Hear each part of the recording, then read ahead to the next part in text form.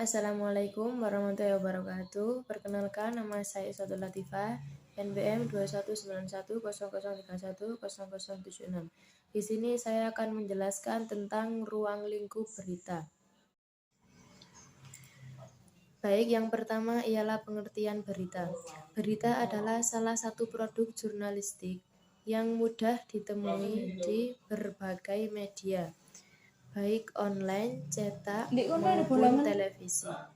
Berita berisi laporan atas kejadian atau peristiwa yang sedang dan telah terjadi.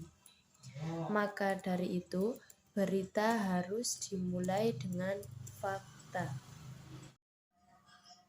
Baik, yang pertama ciri-ciri dari berita ialah aktual dan faktual. Aktual adalah suatu kejadian yang bersifat nyata dan benar-benar terjadi dan sedang hangat-hangatnya menjadi pembicaraan orang banyak, bersifat kekinian atau baru. Dalam teks berita harus mengandung unsur kekinian, terbaru, hangat, baru saja atau sedang terjadi.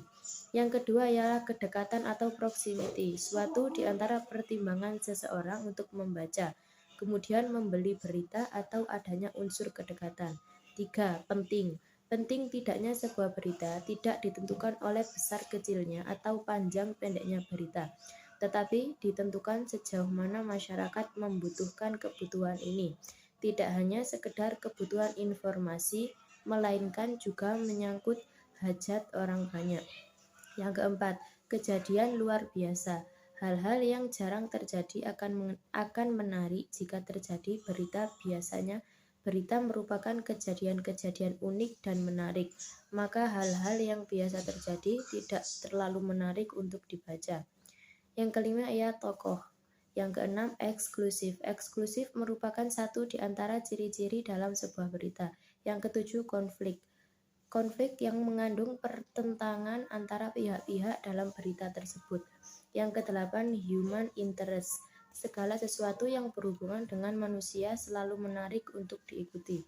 Yang kesembilan, yakni objektif. Selain objektif, dikenal pula istilah objektivitas, atau yang berdasarkan pemaknaan filosofi berarti doktrin di mana pengetahuan berdasarkan kenyataan objektif.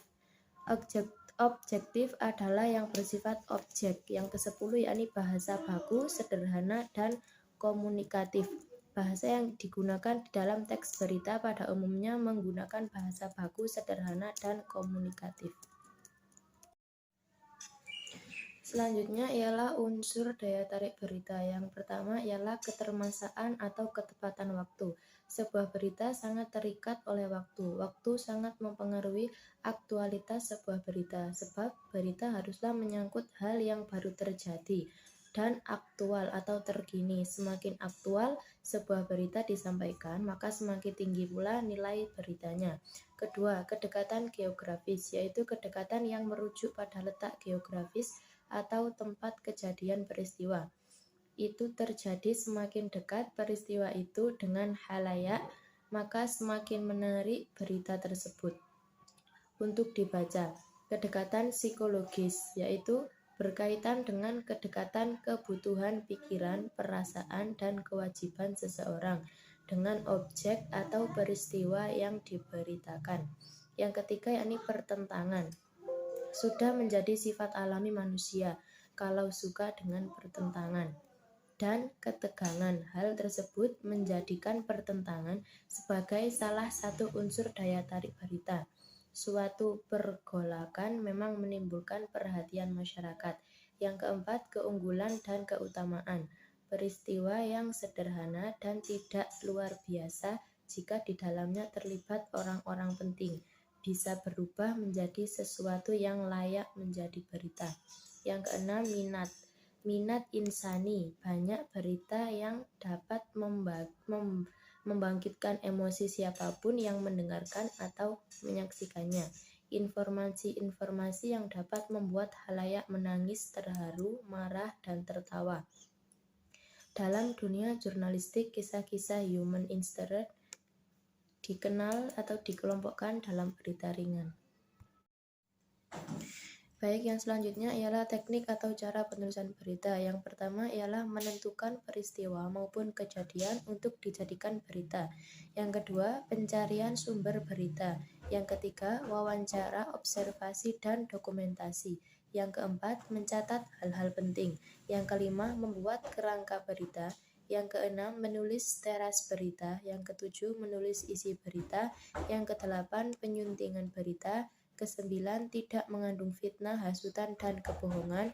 Yang kesepuluh, tidak menonjolkan unsur kekerasan, seksualitas, perjudian, penyalahgunaan narkotika, dan obat terlarang. Yang ke-11, tidak mempertentangkan suku, agama, ras, atau golongan. Yang ke-12, tidak merendahkan nilai-nilai yang berlaku dalam masyarakat. Yang ke-13, tata bahasa dan kosakata. Yang ke-14, tanda baca dan struktur kalimat. Yang ke-15, kutipan dan atribusi. Baik, yang terakhir ialah jenis-jenis berita. Jenis-jenis berita dapat berupa berita pendidikan, berita agama, berita olahraga, berita manusia dan peristiwa, berita kejahatan atau kriminal, berita politik, berita tentang ekonomi, berita tentang wanita, dan lain sebagainya. Untuk contoh, mungkin bisa diambil contoh untuk berita kejahatan atau kriminal. Pasti itu akan membahas mengenai tentang kejahatan-kejahatan dan kriminalitas yang terjadi di Indonesia saat ini. Misalkan terjadinya penjamretan atau pencopetan dalam waktu terdekat ini yang masih hangat dan terkini yang akan bisa menarik daya tarik pembaca untuk membaca berita tersebut. Baik, terima kasih. Sekian video penjelasan dari saya mengenai tentang ruang lingkup berita. Jika ada salah kata atau kurang lebihnya, saya mohon maaf. Terima kasih. Wassalamualaikum warahmatullahi wabarakatuh.